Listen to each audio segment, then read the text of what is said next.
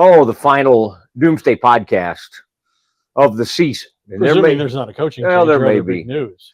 Yeah, and even if he stays, it's kind of news as well. But Cowboys have lost 23-19 and lose to the Commanders. And it was not the full Commanders, and it wasn't really the full Cowboys. Trey Lance was out there today, and Marcus Mariota, 2 high draft picks, squaring off in that second half. You're right. And the Cowboys lose top 3 draft picks, I might add, both of them. And the Cowboys lose on the final play of the game. Ed Werder and I are high above AT&T Stadium. If you see a glare kind of right over my head. The stadium, we're above the field. I mean, okay, if you want to be exacting, I don't want people to think we're sitting up on top of I think they were very confused about that. But there, you see Jerry's glare kind of coming in above my head. We've really tried to. He addressed that today after the game. It's not changing. That's not going to change. I wondered if the glare is what Zacchaeus could to miss on that trick play. On the trick play. Yeah. I thought Cliff was showing off for Jerry there with the trick play. Cliff Kingsbury, the offensive coordinator. Cliff Kingsbury, for Dan Quinn. Yeah, I thought he was being a little bit of a show off. How about Dan Quinn, who was remarkably successful as a defensive coordinator for 3 years on Mike McCarthy's staff here in Dallas before he goes and takes a head coaching job in Washington. You know, it was Washington that mathematically eliminated the Cowboys from playoff contention a few weeks ago. Being the Eagles. And today it's Washington that administers to Mike McCarthy his 10th loss of this season, matching his career high. The Cowboys finishing the season at 7-10 and with a 2-7 record at home. That's tied for the second most home losses in a season. The only one worse, 1989, Jerry and Jimmy's first year, 1-15. And then overall, the Cowboys finished with a minus 122 point margin at home after having the best point margin in the NFL last season here at AT&T Stadium of 172, plus 172. That is the second worst home point margin in a season in franchise history, exceeded only by the team's inaugural 1960 season when they were minus 125, Tom Landry's winless 0-11-1 Cowboys team. So that's the kind of history they've either made or approached at the end of this 7-10 season. Dubious numbers that Ed points out. We'll have a lot more for you. Ed, my day started as it normally does with me leaving too late to get to the game. And I was amazed from my house in Lake Highlands, which is sort of part of Dallas, its own little pocket of Dallas. Left about 10 a.m. thinking, boy, I could possibly get in some traffic. And after I took Techspress, as I love to do, and then rolled through the Techspress and took that Baird Farm exit, which is a beautiful exit. And I was in my parking spot almost too early. Like I was in my parking spot by 10:30 at the latest. It was like, I mean, it was amazing how quickly I got out here. And what that told me, and I think what you were kind of commented, you probably started a little bit earlier than I did, but maybe similar. It told us that there weren't going to be that many fans here today. So if Jerry was paying any attention, and I kind of meant to ask him, but I mean, there's some other people kind of dominating some of the discussion. I wanted to say, did you notice there were a lot of empty seats in the stadium today? What message was being, did you detract from that? Yeah. What message did that send to you? Extract. And there were plenty of Commanders fans, by the way. Which, by the way, I think a lot of them still have the old logos. They haven't made the switch. A lot of the fans around here, at least. And so they kind of took over the stadium to a certain extent. So I mean, there was some embarrassment in that, but Cowboys find a way to lose, and now we wonder if they're going to lose their head coach. And what's funny is, I have to give Ed some credit on this. Ed was the first person in the media, and it happened on Doomsday Podcast, sort of saying to what a lot of people, even some of our listeners, thought was preposterous, that Mike may have some suitors out there, that McCarthy could have people interested in him. And I think because we're so close to this situation, it's like, that doesn't seem possible to a lot of our listeners and viewers. And yet it's sort of happening. And you're sort of hearing stories of Mike being, now could that be his agents? That's what they're paid to do.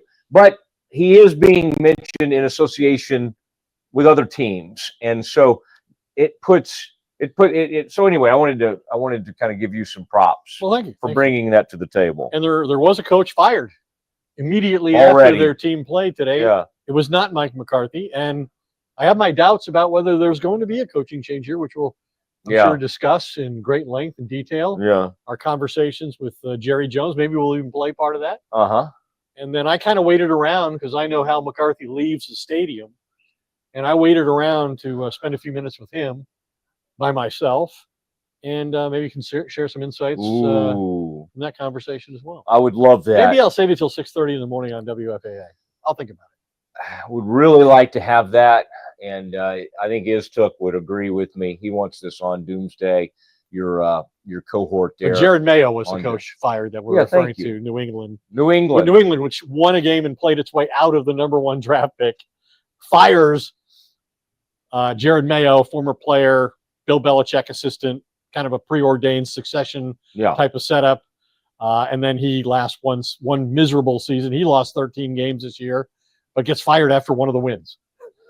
Gets fired after one of the wins, and now they'll probably go hire another Patriot. Mike Vrabel, I assume. I assume this is all being done quickly because Mike Vrabel is by far and away the #1 available, head coach in the NFL with previous experience. And I thought if Jerry decided to make a change, that there would be some consideration to bringing him here. He's worked on the competition committee with Stephen Jones, so there is some history, some knowledge, familiarity that's so important to Jerry and Stephen. And, he's known for having, physical teams that are about running the football and playing defense, and they overachieve. And those are none of the things the Cowboys have become known for. And that might have been appealing to Jerry, but it looks like he's going to New England. And I'm not sure, like I said, that Jerry's going to be soliciting any coaching interviews. Yeah. And with that said, Mike Hamilton of Rogue Media Network, please play the music.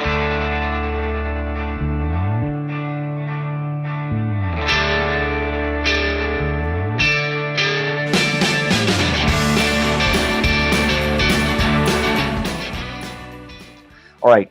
Thank you, Ronnie Foss, for providing us with such a great theme song and an intro into the Doomsday Podcast. Ed, as we speak, scrolling through all his numbers that put this in perspective as the Cowboys lose this game, final play of the game, and the Redskins celebrate. Redskins?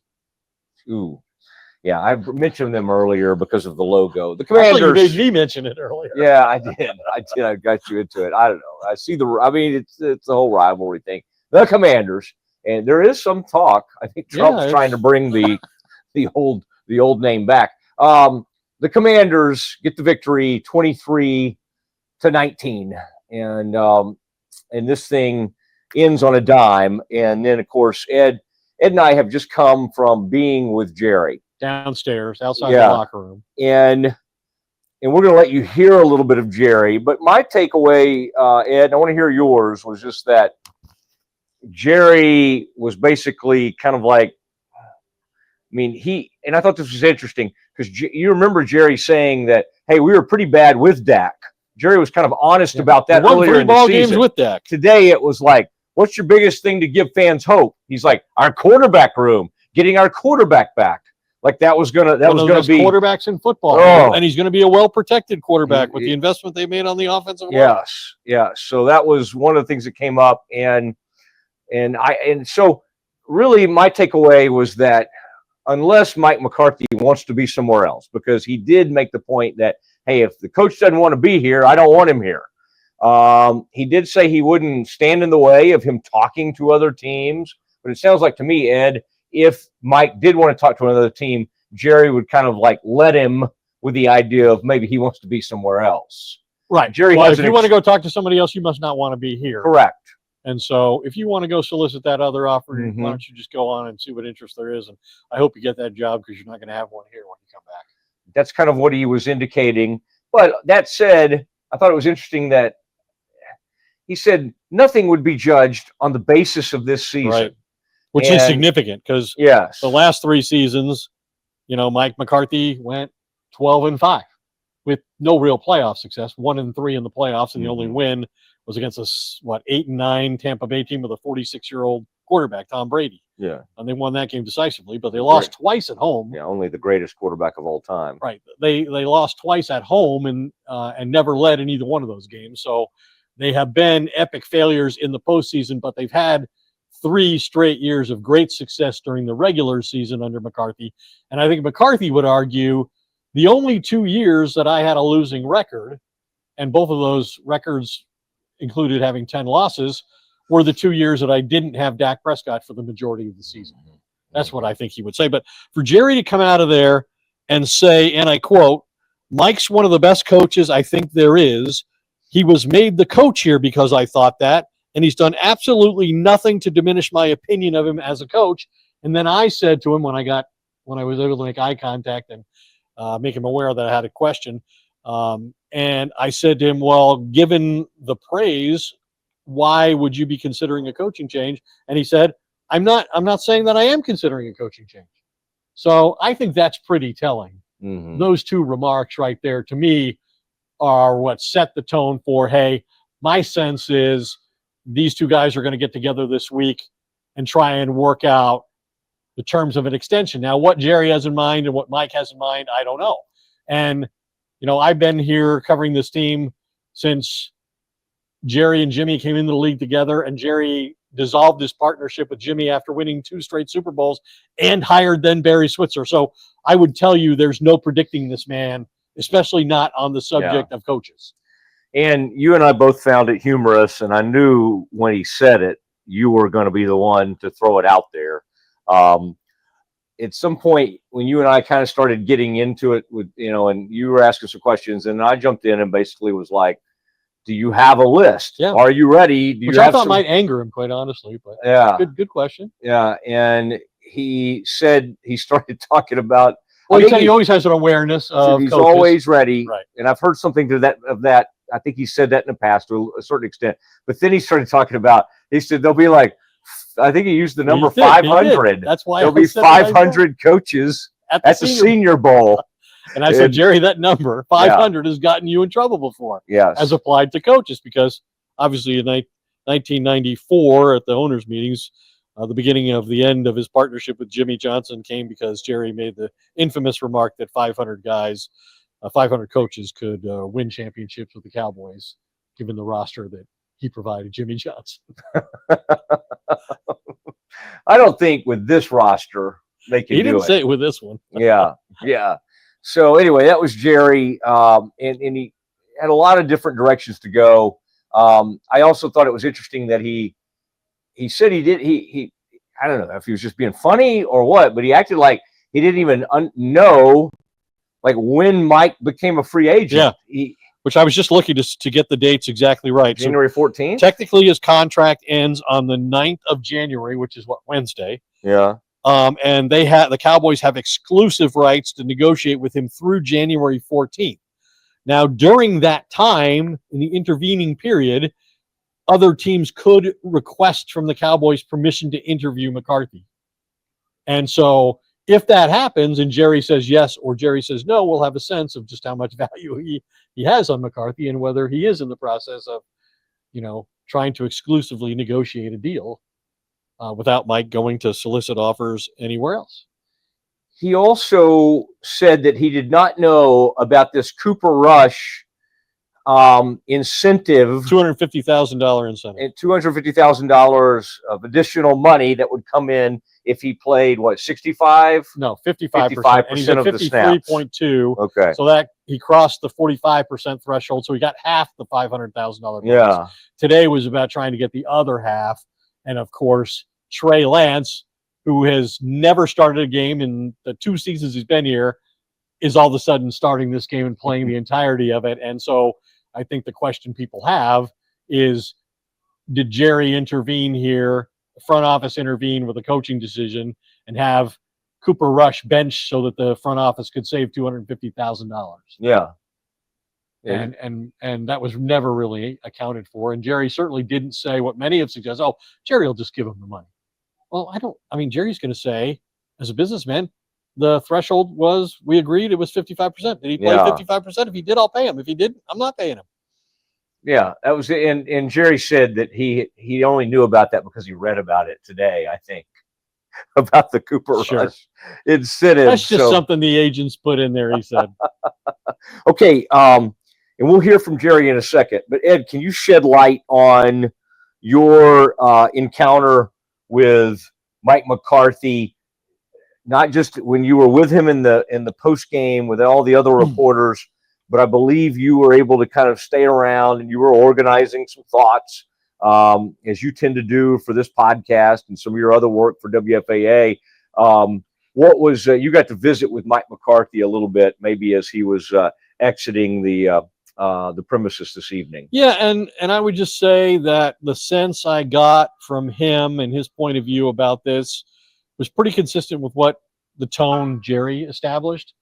And between the two of them, I really get a very strong sense that they're going to get together this week. And normally, I think the Cowboys and McCarthy, in his 5 years here, has had a pretty extended period of time where he and the coaches meet with the players and exit interviews. I think that's going to be truncated this year in an effort to get to resolving the Cowboys coaching situation and Mike McCarthy's future and the future, of his coaching staff. All of them are out of contract. Mike Zimmer's out of contract. Brian Schottenheimer's out of contract. John Fossil's out of contract. And McCarthy has spoken about his concern being less about himself and more about those people because they haven't been making $5-6 million a year for 18 years like McCarthy has. They're not as established in the game as he is, and while he's saying that, he's also creating the impression that, hey, I'm confident in what I've done here and in Green Bay, and I'm confident I can work somewhere else if that becomes necessary. To your point about maybe he'll have other options, and he does. If the contract expires, there might be other teams that have interest in Mike McCarthy, and I think the first one that comes to mind is New Orleans, because he worked with Mickey Loomis, the general manager there. Mickey Loomis's son works in Cowboys scouting department right now, and Mike's first time as an offensive play caller was with the Saints, and they had quite a bit of success. And so that creates a familiarity, and obviously they need an offensive coach. They've had a defensive coach in Dennis Allen in recent years. They've underachieved offensively.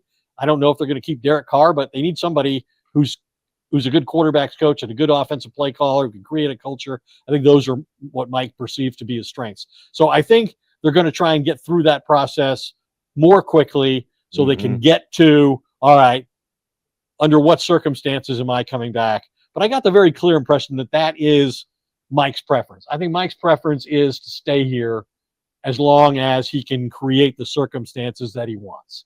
I got the sense that he has a good relationship with Jerry.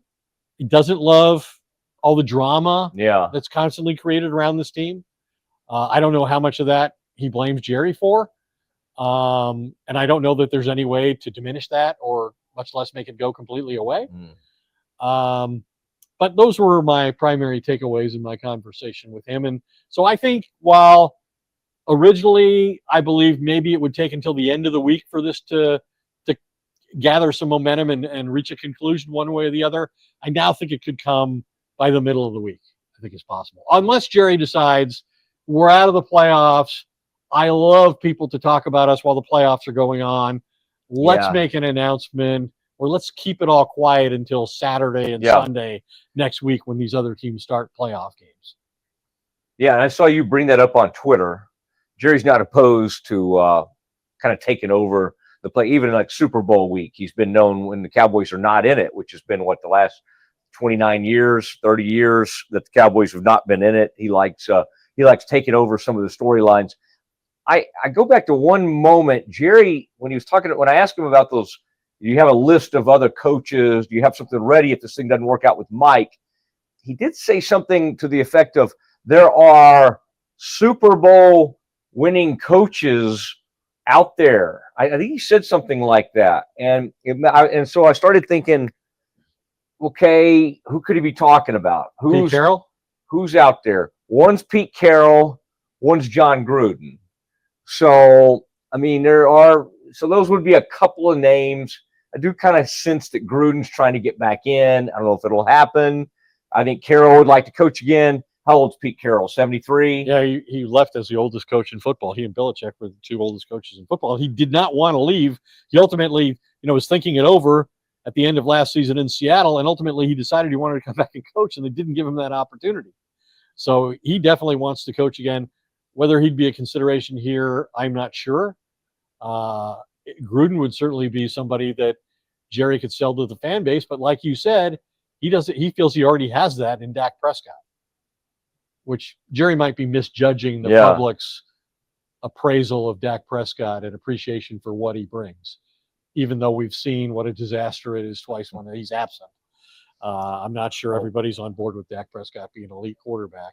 Yeah. And the other things Jerry said today that were interesting were, without equivocation, he said he is not going to walk away from his role as a general manager of this team. Yeah. He said he didn't buy basically described it as, I bought the Cowboys for the opportunity to be the general manager. Yeah. Now, I bought it for as an occupation, me, not for my kids. I wanted this to be an occupation. Yeah, he said it wasn't for my kids. Right. So forget that. Anybody who's thinking that Jerry Jones is going to come to his senses and decide that he's not good at this. And he was asked, well, how do you justify that? He's like, well, we have the 5th or 6th best record in all of football to justify it. So in his mind, there's no need to justify it further. There's no consideration in his mind that anybody could possibly do it better. Yeah.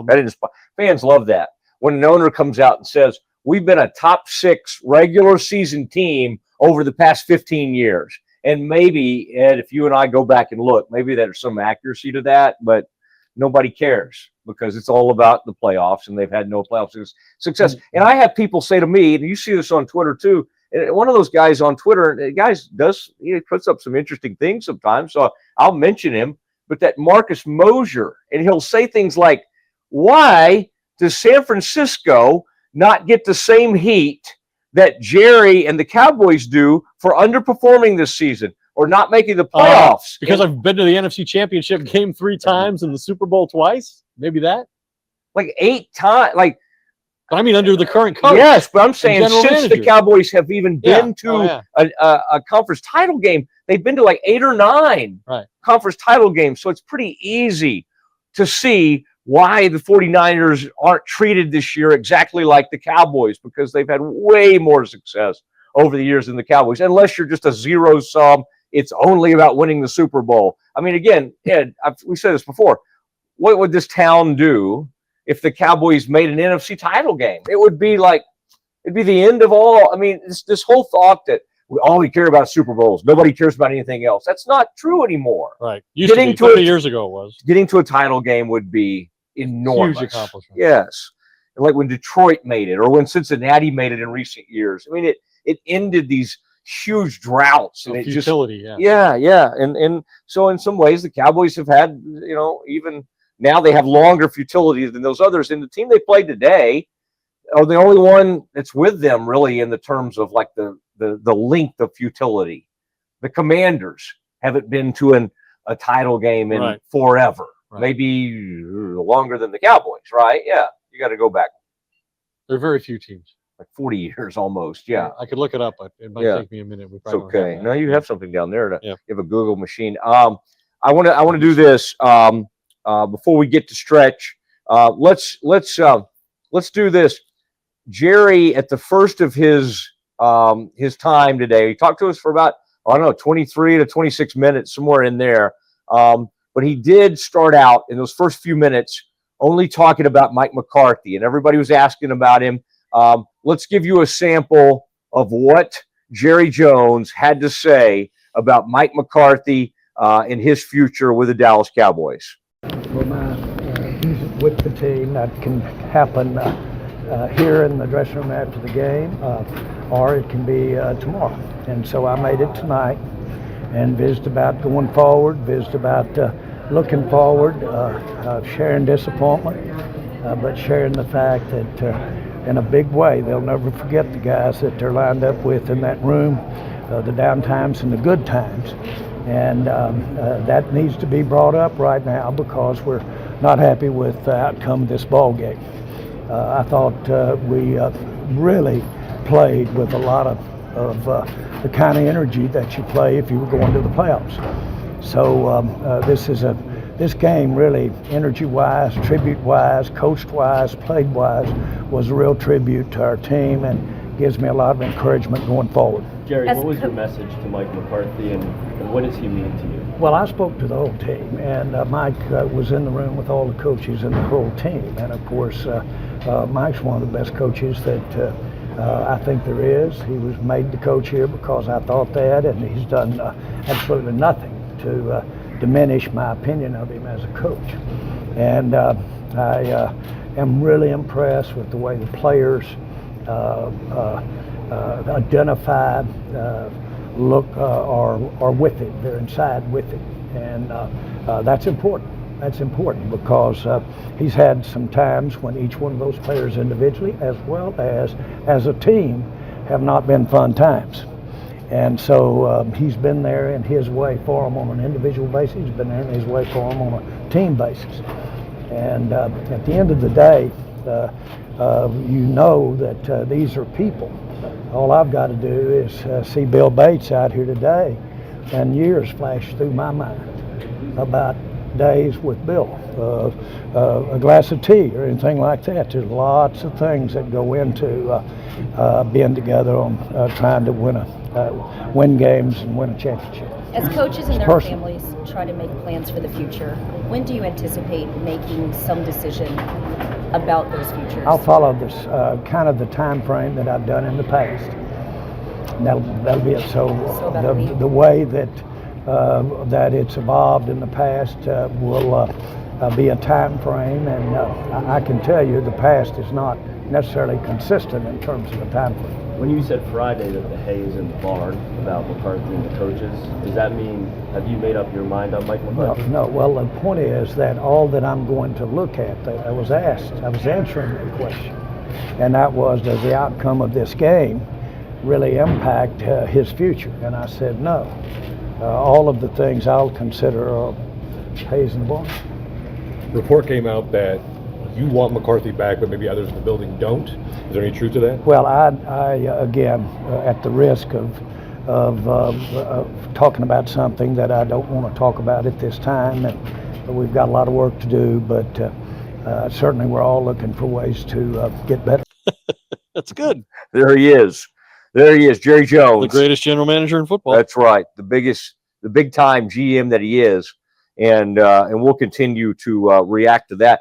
We should say that Jerry, the next segue coming out of that is Jerry did go in and he said he spoke to the entire team and all of the coaching staff in the locker room after the game about this journey that they've taken together and so forth. And it was also interesting to watch as the season ended, Mike McCarthy meeting all the players and coaches as they came off the field and down the tunnel into the locker room, embracing everybody. And there's a real sense of finality, I think, in all of that that we witnessed today.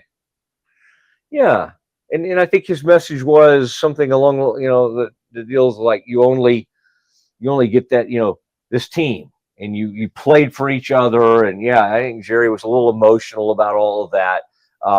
And then, of course, we got into a long discussion about everything else under the sun, including, Ed, real quick before we get to stretch, Trey Lance, who has been a fourth-round pick starts the game today, made some good plays. I mean, at times, it's exciting to watch a guy who's that fast and can make those plays with his legs, and threw for somewhere in the neighborhood of about 240 yards. 244. 20 of 24 for 244 yards. Unfortunately, 20 of 34.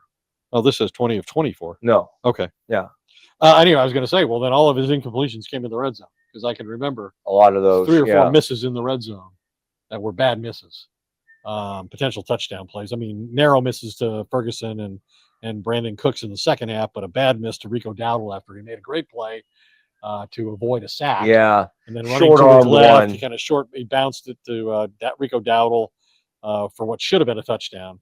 But the Cowboys have been terrible in the red zone all year, and they continued in that trend today under Trey Lance. But you can argue that Trey Lance didn't earn it, but I would say that the guy's been on the roster for 34, 35 regular season and playoff games, and never really played a substantial amount, never started, had thrown 7 passes.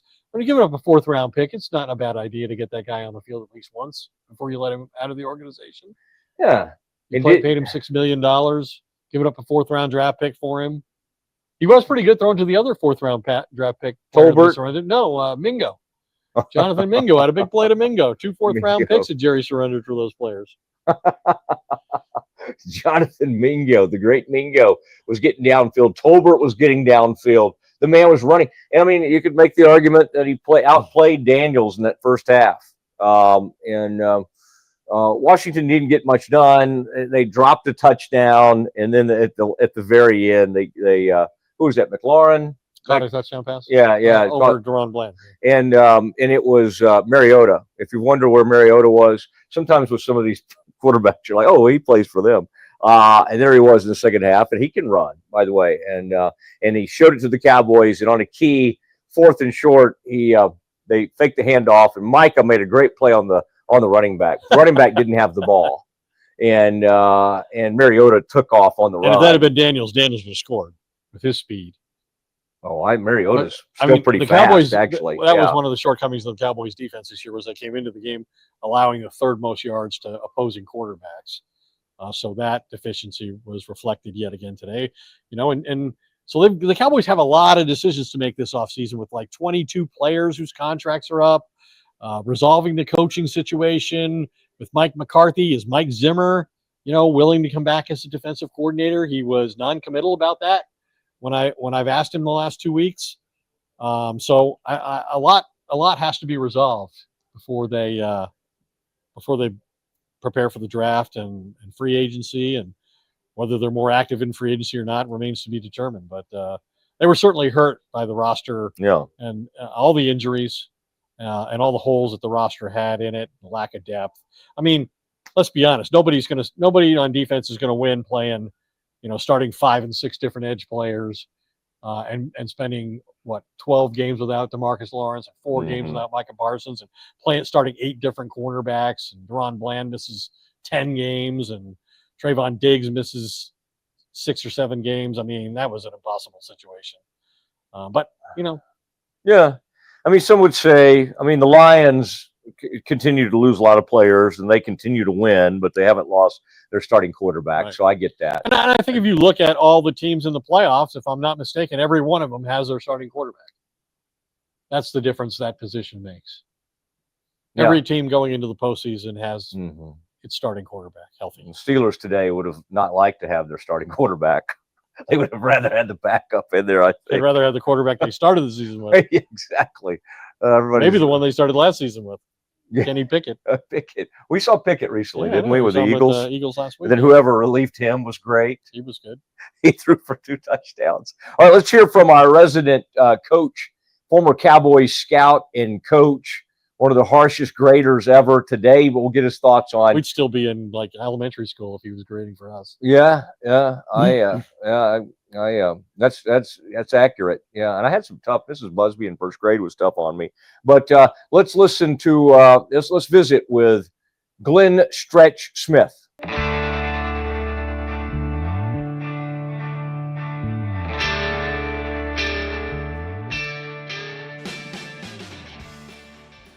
All right, it is time for Stretch Plays with Glenn Stretch Smith, former Cowboys scout and coach.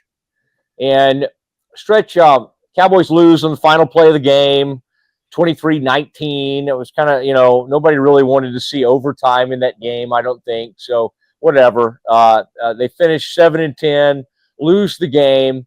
And I just kind of wanted you off the top. I mean, you saw Micah Parsons get off to a hot start. I mean, he had like 2.5 sacks before you could even, it was just like within the first series or two, he was on fire at the start of this game. Cowboys did some good things, obviously, on defense, and then Mariota stung him at the end of the game. Can you give us your thoughts on, Trey Lance finally gets an opportunity in a regular season game to play a whole football game? Because he had some moments, obviously, at the end of the half, missing that throw after escaping. That was a tough moment for him. What did you think of his just overall day? Did he look like a serviceable NFL quarterback to you? first of all, my opinion is that they gave him the week to practice, put in a game plan for him with some of that zone read stuff, some of the opportunities that he had to boot out of there.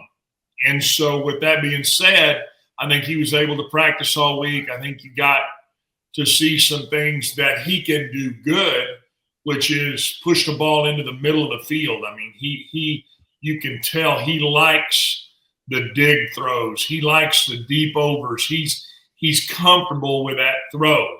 And then you see early in the game, they get in the red zone, or not early in the game, but just before the half. They get it 1st and 10 on the 10, and he's got a corner route that's there, I believe, to Cooks, and he throws it and leads him out of bounds.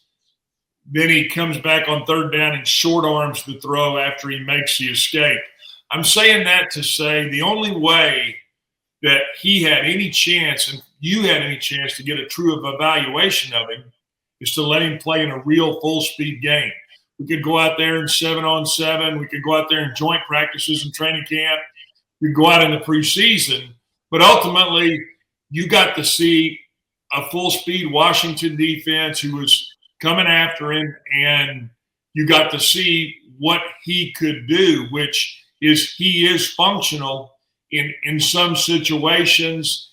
And can he get better if given the playing time to make the adjustments to drive that ball into the corner with not so much air, to go ahead and let that ball go to the boundary to Dowdle when he was able to escape.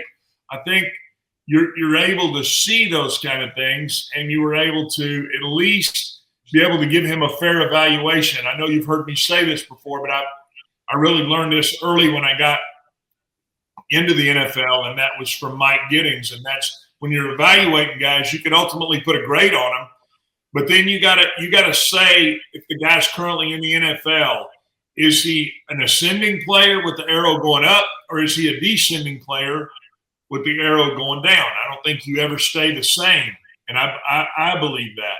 So if you're honest and you look at a one-game sample set of what Trey Lance was able to do, at the end of the day, you have to give an ascending arrow whatever your grade is. And I thought he did some good things managing the game. I thought that he did some good things to be able to show you that he can escape, and knowing that he'll get better with his ability to keep his eyes down the field, set his feet once he escapes, and be able to make the throw.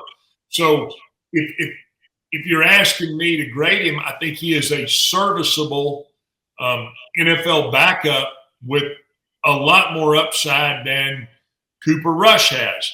Having said that, now he's I believe, an unrestricted free agent. So then the question becomes, how much money can you pay a guy like that? And you know, I just don't think that that's a fit with this football team right now, because he's probably going to demand a little money, and you're gonna want to pay a bottom end dollar to a backup. Okay, now on another front, we just came back from visiting with Jerry. Jerry kind of acts like the ball's almost in Mike McCarthy's court at this point, that he's not going to judge him harshly on 7 and 10 with all the injuries that happened, and obviously with the quarterback being out. So it does sound like there's a pretty good shot that Mike's back. Can you walk us through? I mean, it's not certain. I mean, he didn't come out and go for sure that he's back, but he didn't say that he's not coming back. Can you kind of walk us through what Jerry will do in the next few days, and what does your gut tell you about where this thing's going? Because you usually have a general sense of what the Cowboys are going to do. Yeah, I mean, at the end of the day, I believe that Jerry would like to have an opportunity for Mike to leave the building on his own. Ultimately, to say, hey, he got a better deal. Whatever team, let's just throw out there, whatever team has an opening, the Jets, that they gave him a better opportunity than what Jerry would have offered him. That's what I believe. I don't think Jerry likes – I know he doesn't. He does not like to fire people. Now, he would not have to fire Mike because he has an expiring contract. But I believe, in theory, he would like for Mike to go get another job. And then Jerry would like to take that opportunity to maybe interview a few guys, talk to a few guys that are out there. Saying that, I'm not sure that there's a better option right now as I look at this, and I think as Jerry looks at it, than Mike McCarthy. He's got a quarterback that's got 3 more years on a deal. He's got a receiver that he just signed to a big deal. He's got a defensive player that he needs to sign along with 21 other unrestricted free agents that they're going to have to maneuver around. And I believe he probably has a comfort level with Mike McCarthy, knowing that Mike McCarthy's offense is installed here, and Mike McCarthy has a pretty good feel of the pulse of the personnel that the Cowboys currently have. So I think Jerry's looking at it from 2 different angles to say, I really don't want to fire the guy, but at the same time, if he leaves the building, I'm going to be okay. But if he doesn't leave the building, then he's going to show a commitment to want to be with this organization. Mm-hmm. And if he shows that commitment to want to be with this organization, then I could see, I could see Jerry giving him, some sort of a 3-year contract. The flip side of that to me, though, is it's almost like you missed out last year when you had the opportunity to move on from him when you were disappointed in a loss, in a first-round loss to Green Bay. You let Dan Quinn get out of the building. So I think there's some ebbs and flows that Jerry's probably having to deal with and tug around with when he talks to Steven. And I don't know who else outside the building he might be listening to. But at the end of the day, he doesn't like to fire people, and he doesn't like to be put in that situation. Stretch, I got to tell you, man, it's been a fun season. Love watching you on WFAA. People love you on Doomsday. Thank you for your insight. We really appreciate it. Hey, it's been a heck of a time, and sorry it wasn't a better year, but Mosley's sun will be up tomorrow, brother. We'll be kicking it around again, and hopefully get another opportunity to do this. All right, there he goes, Glenn Stretch Smith with Stretch Plays.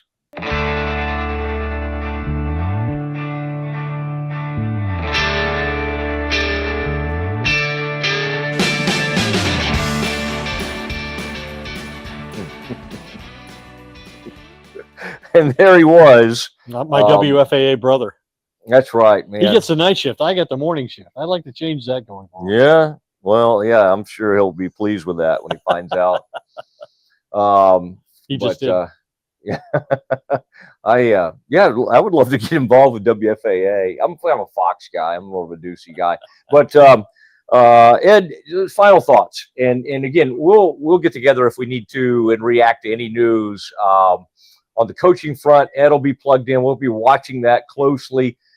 Jerry did say, he always has a list, and he'll be going to the Senior Bowl, and there'll be all kinds of coaches there he could choose from, but they'll have to move quickly if it happens. And what's your gut tell you after talking to Mike and us talking to Jerry for a while?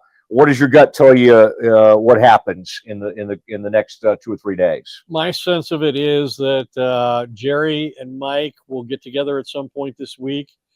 And as long as there's not an issue about Mike remaining the play caller or Jerry and Steven or the front office wanting to make some change to his coaching staff that he feels strongly about, then I think Mike will probably be back. The other question, I think, is how long is Jerry willing to commit for? We gave him a 5-year contract coming here. Is he going to give him a 4-year contract, or is he going to give him 5? Is he going to try for 3? I don't think people, realize when owners are making a coaching hire like this that it's a big financial decision. I mean, we're probably talking about, $40-50 million between what the head coach is going to make and his assistants are going to make. It's a big commitment.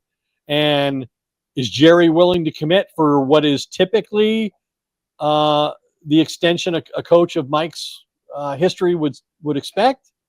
Or is it going to be something shorter than that that's going to cause Mike to be alarmed and feel insecure again? Because I think that's the last thing he wants after the experience he's just had. Yeah. Almost never does a Super Bowl winning coach, no matter where they won it or how they won it, or whether they won it for this organization or a previous one, as he did, almost never is somebody forced to work the final year of their contract in this league, especially not coming off 3, 12, and 5 seasons. And so he's going to want to have a real sense of security. And is Jerry willing to provide that? Those are the only things I could see preventing this from happening. Yeah, and Jerry, in talking about the future and coaching and everything, and he did bring up how he likes incentive-based contracts. But he also, I'm sure Cooper Rush would find that interesting. He should probably know about them before he talks about how great they are. He just talked about it. And oh, by the way, he doesn't have one of those. No. He's the only one in the organization other than probably Steven who isn't on an incentive plan. As he said, he bought the team for an occupation. And so he's going to be the general manager in perpetuity. Yeah. Well, that's different than what you're saying works for everybody else. How come what works for everybody else in your mind isn't applied to you? No, never has. And he'll say, well, I took the risk, and my incentive is, building this franchise up to, its true value. Maximizing the value of the franchise is and winning, that's my job. Yeah. I think the most frustrating part to Cowboys fans as we in this was just that whole thing about, I like to point you to all these, we're the 6th best record over the past 15 seasons, because that signals he thinks he's done a pretty good job. He's haven't done as well as he'd like to, but he thinks he's been graded too harshly. Right. For all the times he stops you and says, hey, I take some ownership of this. First person I look at is myself. I'm partly to blame for this, but does he really mean it when he then says things like that? Yeah. And when he doesn't really hold himself to accountable, I mean, I think he's going to be fairly, in the end, with Mike McCarthy, as he said, he's not going to hold him accountable for this season 7-10 because of all the injuries, the quarterback being out, the edge players Ed mentioned, and so that's how this thing's going to end. Ed, man, good work as always. We appreciate. I want Blake Marable. Ed, I can't wait to show you this. We are in the process of filming something that will show you the interior and exterior of these gorgeous luxury homes.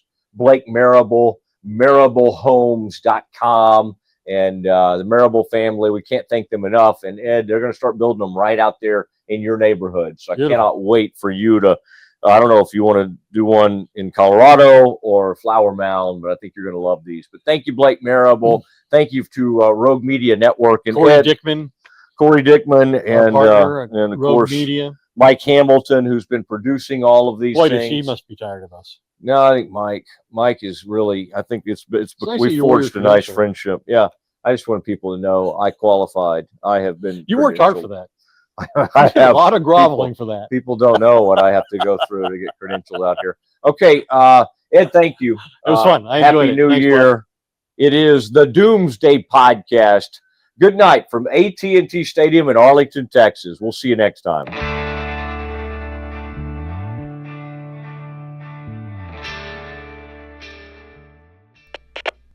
We are Rogue Media Sports.